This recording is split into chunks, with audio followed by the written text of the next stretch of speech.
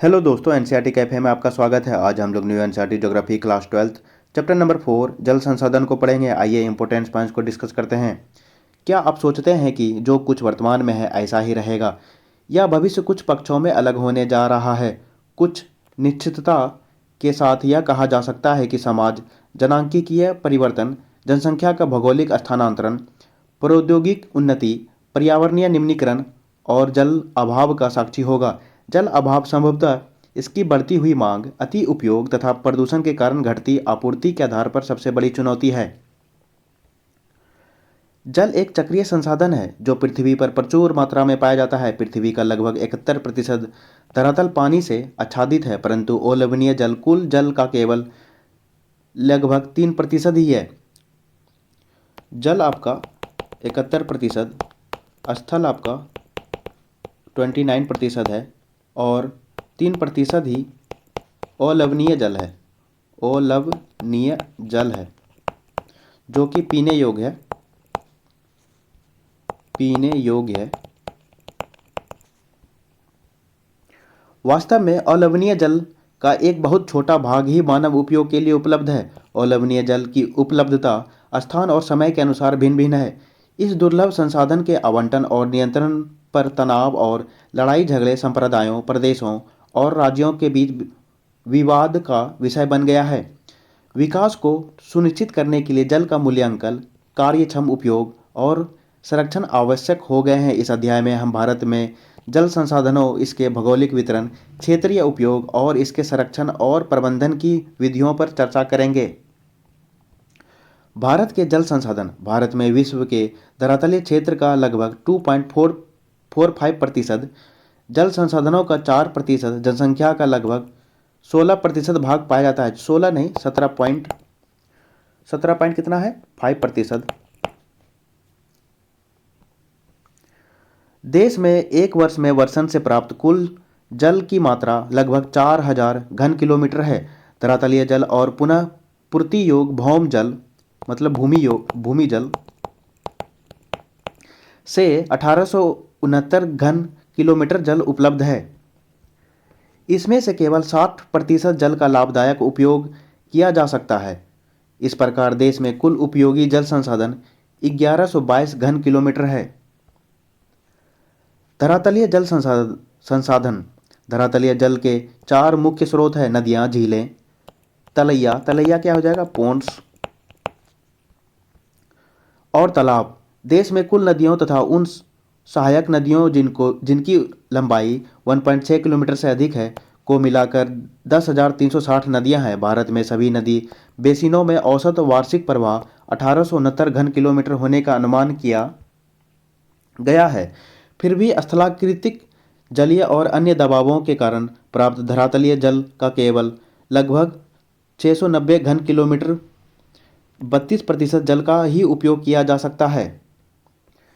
नदी में जल प्रवाह इसके जल ग्रहण क्षेत्र का आकार अथवा नदी बेसिन और इस जल ग्रहण क्षेत्र में हुई वर्षा पर निर्भर करता है। आप कक्षा 11 की पुस्तक भारत भौतिक पर्यावरण में पढ़ चुके हैं कि भारत में वर्षा में अत्यधिक स्थानिक विभिन्नता पाई जाती है और वर्षा मुख्य रूप से मानसूनी मौसम संकेंद्रित है।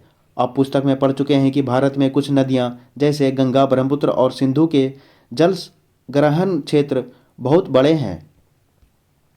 गंगा, ब्रह्मपुत्र और बराक नदियों के जल ग्रहण क्षेत्रों में वर्षा अपेक्षाकृत अधिक होती है। ये नदियां यद्यपि देश के कुल क्षेत्र के लगभग 1/3 भाग पर पाई जाती है, जिनमें कुल धरातलीय जल संसाधनों का 60% जल पाया जाता है। दक्षिणी भारतीय नदियां जैसे गोदावरी, कृष्णा और कावेरी में वार्षिक जल प्रवाह का अधिकतर भाग काम में लाया जाता है, लेकिन ऐसा ब्रह्मपुत्र और गंगा बेसिनों में अभी भी संभव नहीं हो सका है। भौम जल संसाधन मतलब भूमि जल। देश में कुल पुनः पूर्ति योग्य भौम जल संसाधन लगभग 432 घन किलोमीटर है। उत्तर पश्चिमी प्रदेश और दक्षिण भारत के कुछ भागों के नदी बेसिनों में भौम जल उपयोग अपेक्षाकृत अधिक है। पंजाब, हरियाणा, राजस्थान और तमिलनाडु राज्यों में भौम जल का उपयोग बहुत अधिक है, परंतु कुछ राज्य जैसे छत्तीसगढ़, उड़ीसा, केरल आदि अपने भौम जल क्षमता का बहुत कम उपयोग करते हैं। गुजरात, उत्तर प्रदेश, बिहार, त्रिपुरा और महाराष्ट्र अपने भौम जल संसाधनों का मध्यम दर से उपयोग कर रहे हैं। यदि वर्तमान प्रवृत्ति जारी रहती है तो जल की मांग की आपूर्ति करने की आवश्यकता होगी। ऐसी स्थिति विकास के लिए हानिकारक होगी और सामाजिक उथल-पुथल और विघटन का कारण हो सकती है। लैगून और पश्च जल। लैगून आपका क्या हो जाएगा? ये आपका ये होगा लैगून। तीन तरफ से स्थल और एक तरफ से जल से घिरा हुआ। भारत की समुद्र तट रेखा विशाल है और कुछ राज्यों में समुद्र तट बहुत दंतुरित है। इसी कारण बहुत सी लैगून और झीलें बन गई है। केरल, उड़ीसा और पश्चिम बंगाल में इन लैगूनों और झीलों में बड़े धरातलीय जल संसाधन है। यद्यपि सामान्यतः इन जलाशयों में खारा जल है। इसका उपयोग मछली पालन और चावल की कुछ निश्चित किस्मों, नारियल आदि की सिंचाई में किया जाता है। जल की मांग और उपयोग। पारंपरिक रूप से भारत एक कृषि प्रधान अर्थव्यवस्था है और इसकी जनसंख्या का लगभग 2/3 भाग कृषि पर निर्भर है। इसलिए पंचवर्षीय योजनाओं में कृषि उत्पादन को बढ़ाने के लिए सिंचाई के विकास को एक गति उच्च प्राथमिकता प्रदान की गई और बहुउद्देशीय नदी घाटी परियोजनाएं जैसे भाखड़ा नागल, हीराकुंड, दामोदर घाटी, नागा अर्जुन सागर, इंदिरा गांधी नहर परियोजना आदि शुरू की गई है। वास्तव में भारत की वर्तमान में जल की मांग सिंचाई की आवश्यकताओं के लिए अधिक है। सिंचाई के लिए सबसे ज़्यादा होता है जल की मांग। ये आपका इम्पोर्टेंट है। भाखड़ा नागल परियोजना किस नदी पर है? तो सतलुज नदी पे है। और आपका हीराकुंड किस नदी पे है? तो महानदी। और आपका कौन सा बच गया? दामोदर नदी। दामोदर नदी परियोजना किस नदी पर है? ये आपका क्या कहते हैं, हुगली नदी ना, हुगली नदी पे है। और ये पूछा जाता है भारत का पहला बहुउद्देशीय नदी घाटी परियोजना है जो कि 1948 में स्टार्ट हुआ था। और ये आपका लाभ किसको मिलता है? आपका झारखंड और वेस्ट बंगाल को। नागा अर्जुन सागर कृष्णा नदी पे। कृष्णा इंदिरा गांधी नहर परियोजना आपका सतलुज और ब्यास नदी पे।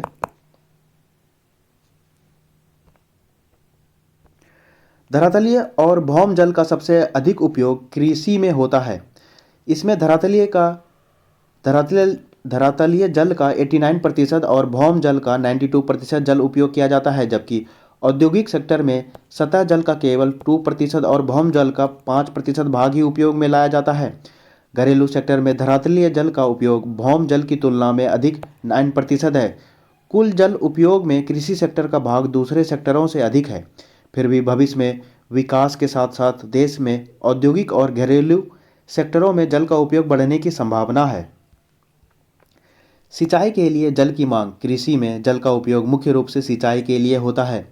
देश में वर्षा के स्थानिक सामयिक परिवर्तनों के कारण सिंचाई की आवश्यकता होती है। देश के अधिकांश भाग वर्षाविहीन और सूखाग्रस्त है। उत्तर पश्चिमी भारत और दक्कन का पठार इसके अंतर्गत आते हैं। देश के अधिकांश भागों में शीत और ग्रीष्म ऋतुओं में न्यूनाधिक शुष्कता पाई जाती है, इसलिए शुष्क ऋतुओं में बिना सिंचाई के खेती करना कठिन है। पर्याप्त मात्रा में वर्षा वाले क्षेत्र जैसे पश्चिम बंगाल और बिहार में भी मानसून के मौसम में अवर्षा अथवा इसकी असफलता सूखा जैसी स्थिति उत्पन्न कर देती है, जो कृषि के लिए हानिकारक होती है। कुछ फसलों के लिए जल की कमी सिंचाई को आवश्यकता बनाती है। उदाहरण के लिए चावल, गन्ना, जूट आदि के लिए अत्यधिक जल की आवश्यकता होती है, जो केवल सिंचाई द्वारा संभव है। आइए मैप को देखते हैं। भारत नदी बेसिन को दिखाया गया है इसमें। यह आपका सिंधु बेसिन को दिखाया गया है। पश्चिम प्रवाही नदियाँ कच्छ सौराष्ट्र में नदियाँ और लूनी नदी को दिखाया गया है इसमें। ये गंगा बेसिन हो गया। उत्तर भारत में। ये साबरमती बेसिन, माही बेसिन, नर्मदा बेसिन और तापी बेसिन ये आपका अरब सागर में गिरेगा। ये महानदी बेसिन उड़ीसा में, गोदावरी बेसिन, कृष्णा नदी बेसिन। पश्चिम प्रवाही नदियां समूह तापी के दक्षिण की नदियां को दिखाया गया है। स्वर्ण रेखा बेसिन को दिखाया गया है। ब्राह्मी एवं बैतरनी बेसिन को दिखाया गया है। पूर्वी प्रवाही नदियां समूह वन, महानदी और पेन्नार के बीच की नदियां को दिखाया गया है। Pennar basin, Kaveri basin. पूर्वी प्रवाही नदियां समूह कन्याकुमारी और पेन्नार के बीच की नदियां को दिखाया गया है इसमें, ये वाला पार्ट।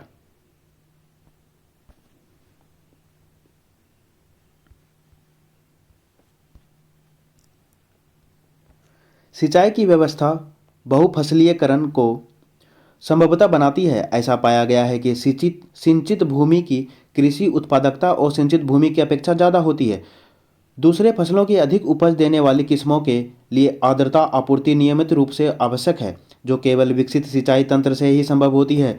वास्तव में ऐसा इसलिए है कि देश में कृषि विकास की हरित क्रांति की रणनीति पंजाब, हरियाणा और पश्चिमी उत्तर प्रदेश में अधिक सफल हुई है। ये पूछा जाता है कौन कौन सा राज्य हरित क्रांति के लिए सफल हुआ है इसमें, Punjab, Haryana plus west UP, पश्चिमी यूपी। पंजाब, हरियाणा और पश्चिमी उत्तर प्रदेश में नीवल बोए गए क्षेत्र का 85% भाग सिंचाई के अंतर्गत है। इन राज्यों में गेहूं और चावल मुख्य रूप से सिंचाई की सहायता से पैदा किए जाते हैं। नीवल सिंचित क्षेत्र का 76.1% पंजाब में और 51.3% हरियाणा में कुओं और नलकूपों द्वारा सिंचित है।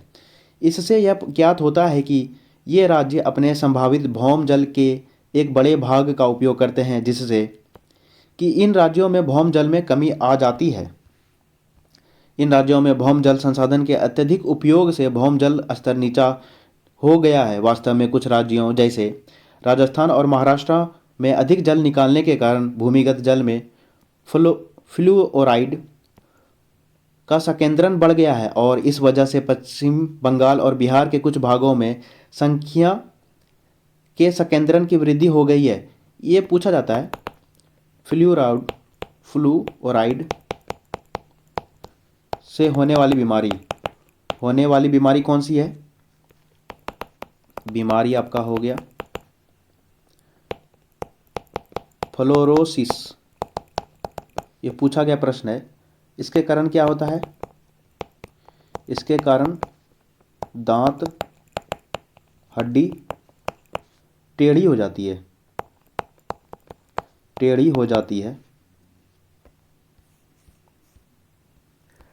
संभावित जल समस्या। जल की प्रति व्यक्ति उपलब्धता जनसंख्या बढ़ने से दिन प्रतिदिन कम होती जा रही है।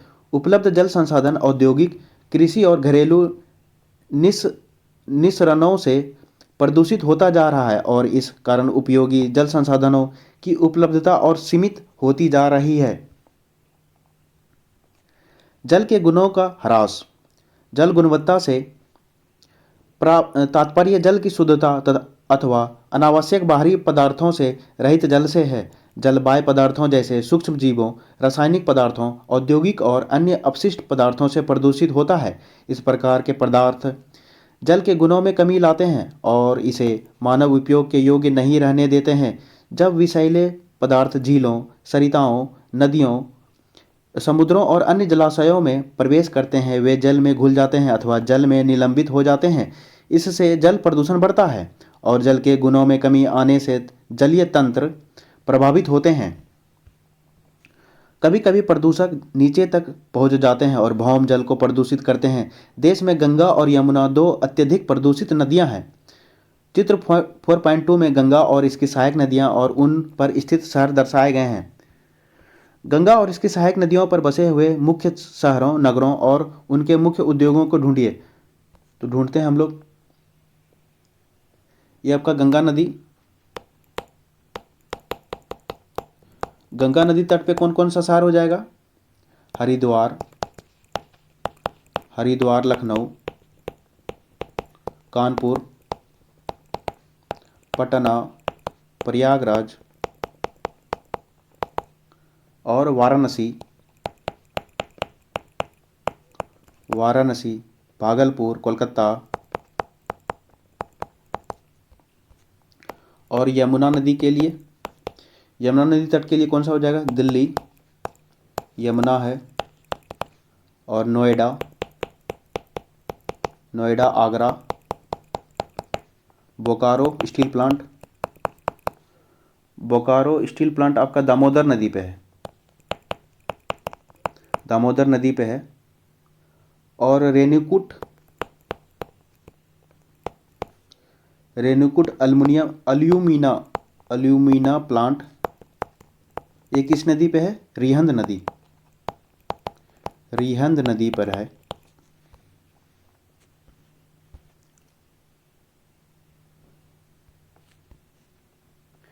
जल संरक्षण और प्रबंधन अलवणीय जल की घटती हुई उपलब्धता और बढ़ती मांग से सतत पोषणीय विकास के लिए इस महत्वपूर्ण जीवनदायी संसाधन के संरक्षण और प्रबंधन की आवश्यकता बढ़ गई है। विलवनीकरण द्वारा सागर महासागर से प्राप्त जल उपलब्धता उसकी अधिक लागत के कारण नगण्य हो गई है। भारत को जल संरक्षण के लिए तुरंत कदम उठाने और प्रभावशाली नीतियां और कानून बनाने हैं और जल संरक्षण हेतु प्रभावशाली उपाय अपनाने हैं। जल बचत तकनीकी और विधियों के विकास के अतिरिक्त प्रदूषण से बचाव के लिए प्रयास भी करने चाहिए। जल संभर विकास, वर्षा जल संग्रहण, जल के पुनः चक्रण और पुनः उपयोग और लंबे समय तक जल की आपूर्ति के लिए जल के संयुक्त उपयोग को प्रोत्साहित करने की आवश्यकता है। गंगा और इसकी सहायक नदियां और उन पर स्थित शहर को दिखाया गया है आपका। ये आपका इलाहाबाद हो गया, वाराणसी गंगा नदी पे, इलाहाबाद हो गया गंगा, यमुना और सरस्वती तीनों का संगम है। ये दिल्ली हो गया यमुना नदी के किनारे। निम्न गुणवत्ता का पानी है यहाँ पर। सिंचित भूभाग को दिखाया गया है, वाराणसी शहर, ठीक है।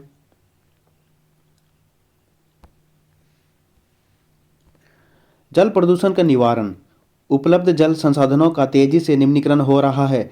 देश की मुख्य नदियों के पहाड़ी क्षेत्रों के ऊपरी भागों तथा कम बसे क्षेत्रों में अच्छी जल गुणवत्ता पाई जाती है। मैदानों में नदी जल का उपयोग गहन रूप से कृषि, पीने, घरेलू और औद्योगिक उद्देश्यों के लिए किया जाता है। अपवाहिकाओं के साथ कृषक, उर्वरक और कीटनाशक, घरेलू ठोस और अपशिष्ट पदार्थ और औद्योगिक बहिर्शराब नदी में मिल जाते हैं। नदियों में प्रदूषक का संकेंद्रण गर्मी के मौसम में बहुत अधिक होता है क्योंकि उस समय जल का प्रवाह कम हो जाता है। केंद्रीय प्रदूषण नियंत्रण बोर्ड CPCB, राज्य प्रदूषण नियंत्रण बोर्ड SPC के साथ मिलकर 507 स्टेशनों की राष्ट्रीय जल संसाधन की गुणवत्ता का मॉनिटरिंग किया जा रहा है। इन स्टेशनों से प्राप्त किया गया आंकड़ा दर्शाता है कि जैव और जीवाणविक संदूषण नदियों में प्रदूषण का मुख्य स्रोत है। दिल्ली और इटावा के बीच यमुना नदी देश में सबसे अधिक प्रदूषित नदी है। दूसरी प्रदूषित नदियां अहमदाबाद में साबरमती, लखनऊ में गोमती नदी, मदुरै में काली, अडियार, कुअम, संपूर्ण विस्तार, वैगई, हैदराबाद में मूसी तथा कानपुर और वाराणसी में गंगा। बहुम जल प्रदूषण देश के विभिन्न भागों में भारी विषैली धातुओं, फ्लूओराइड और नाइट्रेट्स के संकेंद्रण के कारण होता है। वैधानिक व्यवस्थाएं जैसे जल अधिनियम 1974, प्रदूषण का निवारण और नियंत्रण और पर्यावरण सुरक्षा अधिनियम 1986 प्रभावपूर्ण ढंग से कार्यान्वित नहीं हुए हैं। परिणाम यह है कि 1997 में प्रदूषण फैलाने वाले 251 उद्योग नदियों और झीलों के किनारे स्थापित किए गए थे। जल उपकर अधिनियम 1977, जिसका उद्देश्य प्रदूषण कम करना है, उसके भी सीमित प्रभाव हुए हैं। ये आपका इम्पोर्टेंट हो गया। जल अधिनियम 1974, पर्यावरण सुरक्षण अधिनियम ये पूछा जाता है 1986, और आपका ये वाला जल उपकर अधिनियम 1977। जल के महत्व और जल प्रदूषण के अभी एक मिनट महत्व और ठीक है जल प्रदूषण के अधिक प्रभावों के बारे में जागरूकता का प्रसार करने की आवश्यकता है। जन जागरूकता और उनकी भागीदारी से कृषिगत कार्यों तथा घरेलू और औद्योगिक विसर्जन से प्राप्त प्रदूषकों में बहुत प्रभावी ढंग से कमी लाई जा सकती है। जल का पुनः चक्र और पुनः उपयोग। पुनः चक्र और पुनः उपयोग दूसरे रास्ते हैं जिनके द्वारा अलवणीय जल की उपलब्धता को सुधारा जा सकता है। कम गुणवत्ता के जल का उपयोग जैसे शोधित अपशिष्ट जल और उद्योगों के लिए एक आकर्षक विकल्प है और जिसका उपयोग शीतलन एवं अग्निशमन के लिए करके वे जल पर होने वाली लागत को कम कर सकते हैं। इसी तरह नगरीय क्षेत्रों में स्नान और बर्तन धोने में प्रयुक्त जल को बागवानी के लिए उपयोग में लाया जा सकता है। वाहनों को धोने के लिए प्रयुक्त जल का उपयोग भी बागवानी में किया जा सकता है।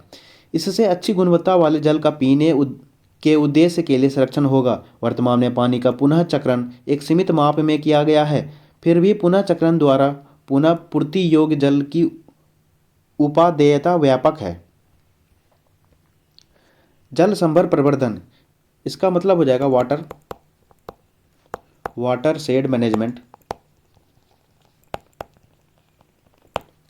जल संभर प्रबंधन से तात्पर्य है कि मुख्य रूप से धरातलीय और भौम जल संसाधनों के दक्ष प्रबंधन से है। इसके अंतर्गत बहते जल को रोकना और विभिन्न विधियों जैसे अंतःस्रवण, तालाब, पुनर्भरण, कुओं आदि के द्वारा भौम जल का संचयन और पुनर्भरण शामिल है। तथापि विस्तृत अर्थ में जल संभर प्रबंधन के अंतर्गत सभी संसाधनों प्राकृतिक जैसे भूमि जल, पौधों और प्राणियों और जल संभर सहित मानवीय संसाधनों के संरक्षण, पुनरुत्थापन और विवेकपूर्ण उपयोग को सम्मिलित किया जाता है। जल संभर प्रबंधन का उद्देश्य प्राकृतिक संसाधनों और समाज के बीच संतुलन लाना है। जल संभर व्यवस्था की सफलता मुख्य रूप से संप्रदाय के सहयोग पर निर्भर करती है। केंद्रीय और राज्य सरकारों ने देश में बहुत से जल संभर विकास और प्रबंधन कार्यक्रम चलाए हैं। इनमें से कुछ गैर सरकारी संगठनों द्वारा चलाए जा रहे हैं। हरियाली केंद्र सरकार द्वारा प्रवर्तित जल संभर विकास परियोजना है। ये आपका हरियाली आपका सेंट्रल लेवल पर है, जिसका उद्देश्य ग्रामीण जनसंख्या को पीने, सिंचाई, मत्स्य पालन और वन रोपण के लिए जल संरक्षण के लिए योग्य बनाना है। परियोजना लोगों के सहयोग से ग्राम पंचायतों द्वारा निष्पादित की जा रही है। नीरू मीरू जल और आप कार्यक्रम आंध्र प्रदेश में और अरवारी पानी संसद अलवर राजस्थान में ये आपका इंपॉर्टेंट होगा। नीरू मीरू कहाँ है? आंध्र प्रदेश में। और अरवारी पानी अलवर राजस्थान के अंतर्गत लोगों के सहयोग से विभिन्न जल संग्रहण संरचनाएं जैसे अंतःस्रवण तालाब, ताल, जोहड़ की खुदाई की गई है और रोक बांध बनाए गए हैं। तमिलनाडु में घरों में जल संग्रहण संरचना को बनाना आवश्यक कर दिया गया है। किसी भी इमारत का निर्माण बिना जल संग्रहण संरचना बनाए नहीं किया जा सकता है। कुछ क्षेत्रों में जल संभर विकास परियोजनाएं पर्यावरण और अर्थव्यवस्था का कायाकल्प करने में सफल हुई है, फिर भी सफलता कुछ ही कहानियां हैं। अधिकांश घटनाओं में कार्यक्रम अपनी उदीयमान अवस्था पर ही है। देश में लोगों के बीच जल संभर विकास और प्रबंधन के लाभों को बताकर जागरूकता उत्पन्न करने की आवश्यकता है और इस एकीकृत जल संसाधन प्रबंधन उपागम द्वारा जल उपलब्धता सतत पोषणीय आधार पर निश्चित रूप से की जा सकती है। वर्षा जल संग्रहण विभिन्न उपयोगों के लिए वर्षा के जल को रोकने और एकत्र करने की विधि है। इसका उपयोग भूमिगत जल भृतों के पुनर्भरण के लिए भी किया जाता है। यह एक कम मूल्य और पारिस्थितिकी अनुकूल विधि है जिसके द्वारा पानी की प्रत्येक बूंद संरक्षित करने के लिए वर्षा जल को नलकूपों, गड्ढों और कुओं में एकत्र किया जाता है। वर्षा जल संग्रहण पानी की उपलब्धता को बढ़ाता है, भूमिगत जल स्तर को नीचा होने से रोकता है, फ्लोराइड और नाइट्रेट्स जैसे संदूषकों को कम करके अवमिश्रण भूमिगत जल की गुणवत्ता बढ़ाता है, मृदा अपरदन और बाढ़ को रोकता है और यदि इसे जल भृति के पुनर्भरण के लिए उपयोग किया जाता है तो तटीय क्षेत्रों में अलवणीय जल के प्रवेश को रोकता है। देश में विभिन्न समुदाय लंबे समय से अनेक विधियों से वर्षा जल संग्रहण करते आ रहे हैं। ग्रामीण क्षेत्रों में परंपरागत वर्षा जल संग्रहण सतह संचयन जलाशयों जैसे झीलों, तालाबों, सिंचाई तालाबों आदि में किया जाता है। राजस्थान में वर्षा जल संग्रहण ढांचे, जिन्हें कुंड या टांका, एक ढका हुआ भूमिगत टंकी के नाम से जानी जाती है, जिनका निर्माण घर अथवा गांव के पास या घर में संग्रहित वर्षा जल को एकत्र करने के लिए किया जाता है। वर्षा जल संग्रहण के विभिन्न विधियों को समझने के लिए चित्र 4.3 देखें। ये इंपॉर्टेंट हो गया आपका। कुंड और टांका, ये आपका राजस्थान में वर्षा जल संग्रहण के लिए।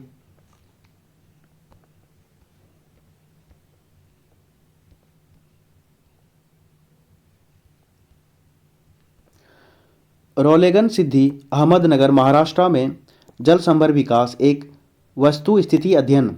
महाराष्ट्र में अहमदनगर जिले में रोलेगन सिद्धि एक छोटा सा गांव है। यह पूरे देश में जल संभर विकास का एक उदाहरण है। 1975 में यह गांव गरीबी और शराब के गैर कानूनी व्यापार जाल में जकड़ा हुआ था। उस समय गांव में परिवर्तन आया जब सेना का एक सेवानिवृत्त कर्मचारी उस गांव में बस गया और जल संभर विकास का कार्य आरंभ किया। उसने गांव वालों को परिवार नियोजन और ऐच्छिक श्रम, खुली चराई, वृक्षों की कटाई रोकने और मद्य निषेध के लिए तैयार किया। ऐच्छिक श्रम आर्थिक सहायता के लिए सरकार पर कम से कम निर्भर रहने के लिए आवश्यक था। उस स्वयंसेवी के कथानुसार इसने परियोजनाओं की लागत का समाजीकरण कर दिया। जो व्यक्ति गांव के बाहर काम कर रहे थे उन्होंने भी प्रति वर्ष 1 महीने का वेतन देकर विकास में सहयोग किया। गांव में अंतः शराबी तालाब के निर्माण के साथ कार्य शुरू हुआ।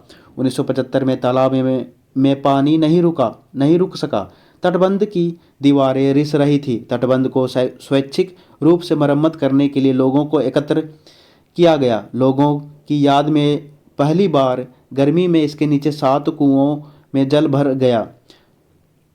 लोगों ने अपने नेता और उसके विचारों पर अपना विश्वास दिखाया। नौजवानों का एक समूह बनाया जिसे तरुण मंडल कहा गया। समूह ने दहेज प्रथा, जातिवाद और छुआछूत पर प्रतिबंध लगाने का काम किया। शराब आसवन इकाई खत्म कर दी गई और मद्य निषेध लागू कर दिया गया। थान पर चारा देने पर जोर देकर खुली चराई पर पूरी तरह प्रतिबंध लगा दिया गया। गहन फसल, जल फसल जैसे गन्ना की खेती पर प्रतिबंध लगा दिया गया। कम पानी की आवश्यकता वाली फसलों जैसे दालें, तिलहन और कुछ नकदी फसलों को प्रोत्साहित किया गया। स्थानीय संस्थाओं के सारे चुनाव सर्वसम्मति के आधार पर शुरू कर दिए गए। इसने संप्रदाय के नेताओं को लोगों का पूर्ण प्रतिनिधि बना दिया। न्याय पंचायत प्रणाली स्थापित की गई। तब से कोई भी मुकदमा पुलिस को नहीं दिया जाता। 22 लाख रुपए की लागत से एक विद्यालय की इमारत का निर्माण केवल गांव के संसाधनों के उपयोग से किया गया। उसके लिए कोई भी दान नहीं लिया गया। आवश्यकता पड़ने पर धन को कर्ज देकर बाद में वापस कर दिया गया। गांव वालों को इस आत्मनिर्भरता से गर्व महसूस हुआ। गर्व की अनुप्रेरणा और ऐच्छिक भावना की इस अनुप्रेरणा से श्रम की हिस्सेदारी एक नई प्रणाली का विकास हुआ। लोग कृषि कार्य में स्वेच्छा से एक दूसरे की मदद करने लगे। भूमिहीन श्रमिकों को रोजगार मिल गया। आजकल ग्राम अपने समीपवर्ती ग्रामों में उनके लिए भूमि खरीदने की योजना बनाते हैं। वर्तमान में जल पर्याप्त मात्रा में है। खेती फल फूल रही है। यद्यपि उर्वरकों और कीटनाशकों का उपयोग अत्यधिक हो रहा है। नेता के बाद कार्य जारी रखने के लिए वर्तमान पीढ़ी की समृद्धि को बनाए रखने की योग्यता के संबंध में प्रश्न उठता है कि उनके शब्दों से इसका उत्तर मिलता है। रोलेगन के विकास की प्रक्रिया एक आदर्श गांव बनने तक नहीं रुकेगी। बदलते समय के साथ लोग विकास के नए रास्तों की ओर अग्रसर है। भविष्य में रोलेगन देश का एक अलग मॉडल प्रस्तुत कर सकता है। रोलेगन सिद्धि जल संभर विकास से पूर्व को दिखाया गया है। यहाँ पर ये पूर्व को दिखाया गया है और विकास के बाद को दिखाया गया है। ये पेड़ पौधा हरा भरा हो गया। तो इम्पोर्टेंट आपका ये हो गया केस स्टडी में। रोलेगन सिद्धि कहाँ है? अहमदनगर, महाराष्ट्र में। कब? 1975 में स्टार्ट किया गया था जल संभर योजना।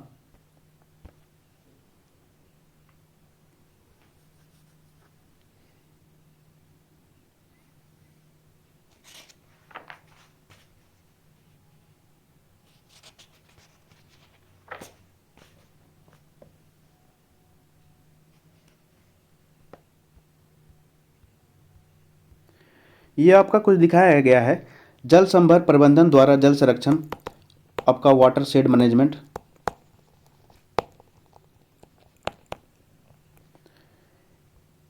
ये आपको दिखाया गया है प्रस्तर कूप और चैक डैम को दिखाया गया है ये वाला, और झीलों द्वारा जल संरक्षण को दिखाया गया है। ये झीलों के द्वारा झील आ रही है ये पर जल संरक्षण को दिखाया गया है। सर्विस कूप द्वारा जल संरक्षण को दिखाया गया है। ये आपका छत पर वर्षा जल संग्रहण को दिखाया, ये सर्विस कूप हो गया। यहाँ पर पाइप लगा हुआ है, ये आपका क्या कहते हैं, साफ करके ये पानी जा रहा है भूमि में।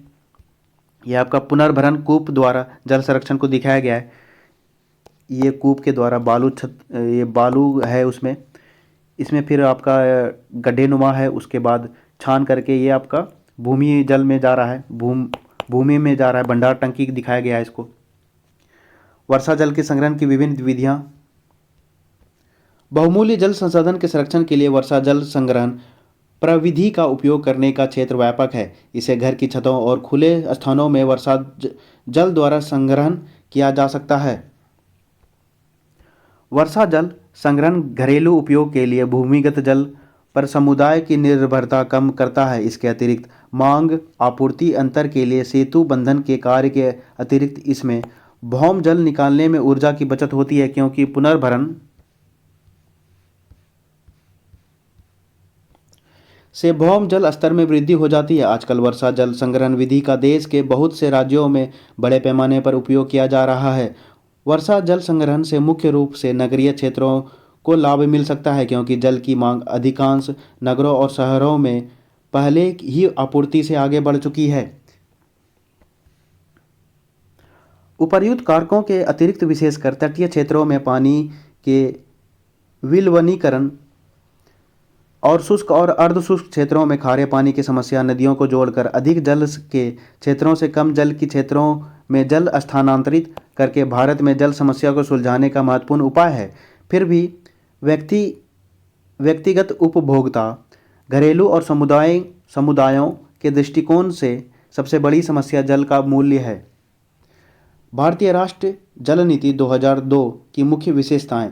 राष्ट्रीय जल नीति 2002 जल आवंटन प्राथमिकताएं विस्तृत रूप से निम्नलिखित क्रम में निर्दिष्ट की गई है। पेयजल, सिंचाई, जल शक्ति, नौकायन, औद्योगिक और अन्य उपयोग। इस नीति में जल व्यवस्था के लिए प्रगतिशील नए दृष्टिकोण निर्धारित किए गए हैं। इसके मुख्य लक्षण इस प्रकार है। सिंचाई और बहुउद्देश्य परियोजनाओं में पीने का जल घटक में सम्मिलित करना चाहिए, जहां पेयजल के स्रोत का कोई भी विकल्प नहीं है। पेयजल सभी मानव जाति और प्राणियों को उपलब्ध कराना पहली प्राथमिकता होनी चाहिए। भौम जल के शोषण को सीमित और नियमित करने के लिए उपाय करने चाहिए। सतह और भौम जल दोनों की गुणवत्ता के लिए नियमित जांच होनी चाहिए। जल की गुणवत्ता सुधारने के लिए एक चरणबद्ध कार्यक्रम शुरू किया जाना चाहिए। जल के सभी विविध प्रयोगों में कार्य क्षमता सुधारनी चाहिए। दुर्लभ संसाधन के रूप में जल के लिए जागरूकता विकसित करनी चाहिए। शिक्षा, विनिमय, उपक्रमणों, प्रेरकों और अनुक्रमणों द्वारा संरक्षण चेतना बढ़ानी चाहिए। आपका ये इम्पोर्टेंट हो गया। भारतीय राष्ट्रीय जल नीति 2002 में स्टार्ट हुआ था।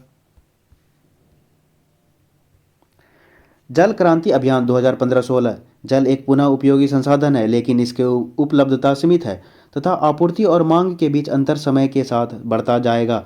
वैश्विक स्तर पर जलवायु परिवर्तन दुनिया के कई क्षेत्रों में जल तनाव की स्थिति पैदा कर देगा। भारत की एक खास स्थिति उच्च जनसंख्या वृद्धि और तेजी से आर्थिक विकास के साथ पानी की बढ़ती मांग है। जल क्रांति अभियान भारत सरकार द्वारा 2015-16 से आरंभ किया गया, जिसका मुख्य उद्देश्य देश में प्रति व्यक्ति जल की उपलब्धता को सुनिश्चित करना है। भारत के विभिन्न क्षेत्रों में लोग पारंपरिक तरीकों से जल संरक्षण और प्रबंधन सुनिश्चित करते हैं। जल क्रांति अभियान का लक्ष्य स्थानीय निकायों और सरकारी संगठन एवं नागरिकों को सम्मिलित करके इस अभियान के उद्देश्य के बारे में जागरूकता फैलाना है। जल क्रांति अभियान के अंतर्गत निम्नलिखित गतिविधियां प्रस्तावित की गई। जल ग्राम बनाने के लिए देश के 672 जिलों में से प्रत्येक जिले में एक ग्राम जिसमें जल की कमी उसे चुना गया है। भारत के विभिन्न भागों में 1000 हेक्टेयर मॉडल कमांड क्षेत्र की पहचान की गई, उदाहरण के लिए उत्तर प्रदेश, हरियाणा। हरियाणा में कौन सा? North side. कर्नाटक, तेलंगाना, तमिलनाडु दक्षिण साइड। राजस्थान, गुजरात पश्चिम साइड। उड़ीसा पूरब साइड। मेघालय उत्तर पूर्व। प्रदूषण को कम करने के लिए जल संरक्षण और कृत्रिम पुनर्भरण। भूमिगत जल प्रदूषण को कम करना। देश के चयनित क्षेत्रों में आर्सेनिक मुक्त कुओं का निर्माण।